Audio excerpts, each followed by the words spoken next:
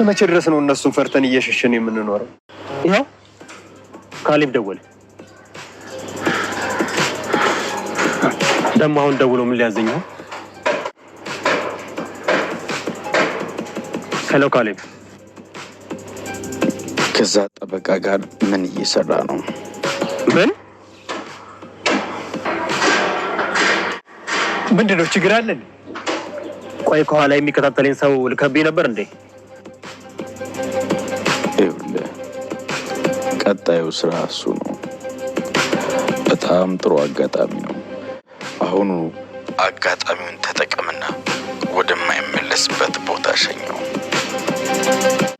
ሚዜ ሆነሽና ዘገንጅሉ እኔ ከዛ በፊት አንድ ለ3 ቀን ብቻችንን ወጣ ብለን ዘና ብንል ደስ ይለኛል። ሉላ በዚህ ሳስሚል ነገሩስ ደስ የሚላችሁ ይመስልሻል? የተከበረ ሰው እንደዚህ ታች ወርዶ ስለ አንዲት ተራ ሴት ሲጨነቅ ሳይ ነው መደንገጤ እንጂ ለሌላ አይደለም። ምንድነው እሱ? ተይው እባክሽ። ይሄንን እንኳን ልናገረው ሳስበው ራሱ ይሰቀጥጠኛል።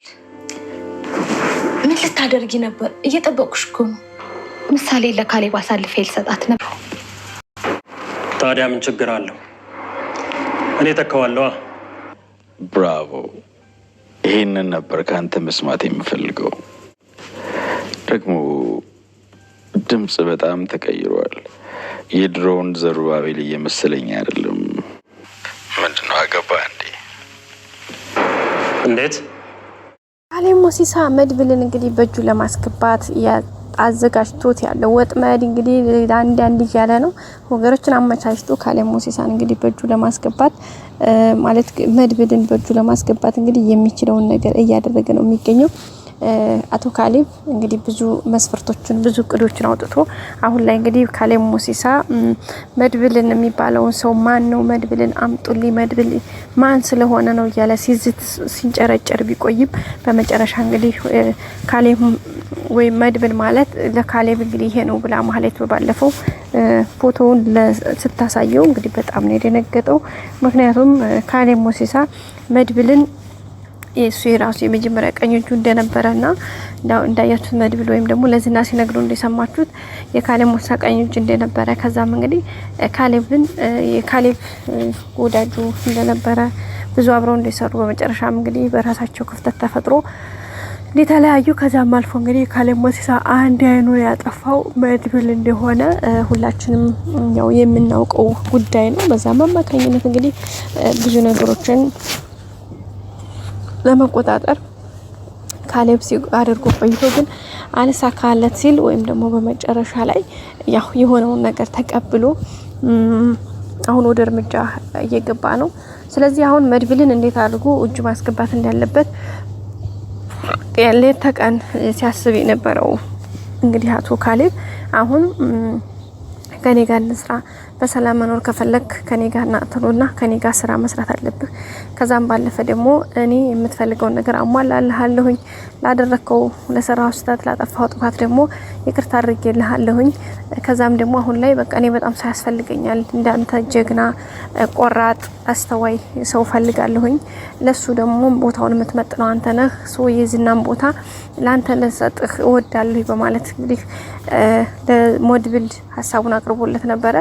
መድብል ወይም ደግሞ እንግዲህ በመድብል በካሌብ አጠራር ዘሩባቤል እሱም እንግዲህ ይሄን ነገር እሺ ወደ ይሄንን ካደረክልኝማ ፈቃድህ ነው እኔ መቀበላለሁኝ በደስታ በማለት እንግዲህ ሀሳቡን ተቀብሎታል። ይሄም ሲሆን እንግዲህ ካሌብ ሞሲሳ ብራቮ ብሎ ነው እንግዲህ ታቂቶ ብድቅ ብሎ ያጨበጨበው። ምክንያቱም ካሌብ መድብልን ማጥመር ነው የሚፈልገው አሁን አብሮት ለመስራት ምናምን ሳይሆን መድብልን በቃ እንደማንም ብሎ ለራሱ እንትን ለማለት ነው የሚፈልገው ከያዘ በኋላ ለመበቀል። ምክንያቱም ብዙ አይነት ክዶት በቃ ማለት አሁንም አንደኛ ዳር እያለ ነው ወዲ እንትን ሊከታው ሲቀጥል ደግሞ በዚህ ከቀጠለ የሆነ አደጋ ውስጥ እንደሚከታ ያውቃል። ከዛ ከባለፈ ደግሞ በፊት በጣም የሚያምነው ብዙ ነገሩ ስለነበረ እንግዲህ የስንት ሺና ሚሊዮን ብሮችን እንትን ይዞ ነው የሄደው ዳይመንድ ምናምን ማለት ነው።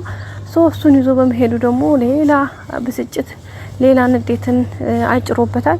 በዛ ማማካኝነት እንግዲህ እየተናደደ እየተበሳጨ ነው የሚገኘው። ስለዚህ እሱን ነገር ለመበቀል መድብልን በህይወት አምጥቶ እሱ ጋር መቅጣት መደብደብ ማሰቃየት ይፈልጋል። እሱን ማድረግ የሚችለው ደግሞ በፒስ ነው። በፎርስ ከሆነ አሁንም እንደማይገኘው እንደማይያዘው ስለሚያውቅ መድብል እንግዲህ ወጥመዱን ማነው ካሌብ ወጥመዱ እያመቻቸ ነው። እሱ በዚህ ልክ ቢያመቻችም መድብል ደግሞ እሱም የራሱን እያመቻቸ ነው። ምክንያቱም ካሌብ ጋር አሁንም አብሮ መስራት ሳይሆን እሱ የሚፈልገው እሱም የሆነ አመቻችቶ ካሌብን እንዴት አድርጎ አጥምዶ እንደሚይዘው ነው እያመቻቸ ያለው።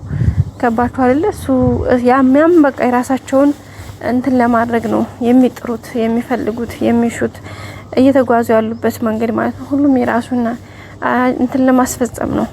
የራሱን ራዕይ፣ የራሱን መንገድ፣ የራሱን ጉዞ በቃ ሁሉም የራሱን ነገር ለማስተካከል ነው እንጂ ማንም ለማን የሚጨነቅበት ወቅት አይደለም። አይነው ግን ደግሞ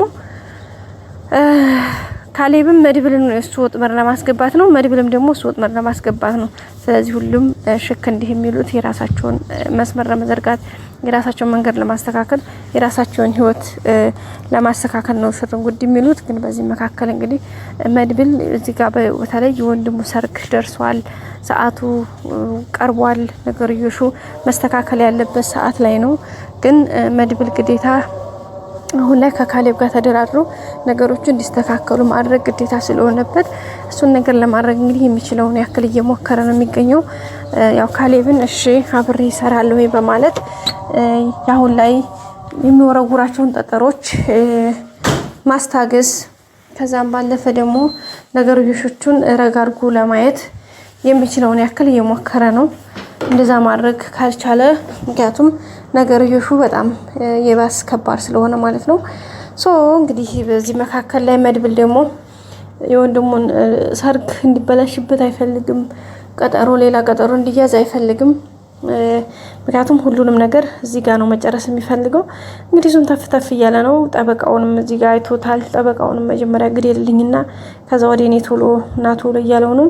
ጠበቃውን ደግሞ መድብል እባክህ ራቅ በል፣ ልጆችን ከዚህ አርቅ፣ አንተም ከዚህ ራቅ በል፣ ምክንያቱም ያው ካሌብ ይሄን ነገር እንደዚህ በዚህ መልኩ እየመጣ ስለሆነ ብሎ አስቀድሞ አንዳንድ ነገሮች እየነገረው ነበረ። ግን አንድ ላይ እያወሩ እንደሆነ ወዲያው መረጃ ስለደረሰው ለካሌብ ማለት ነው።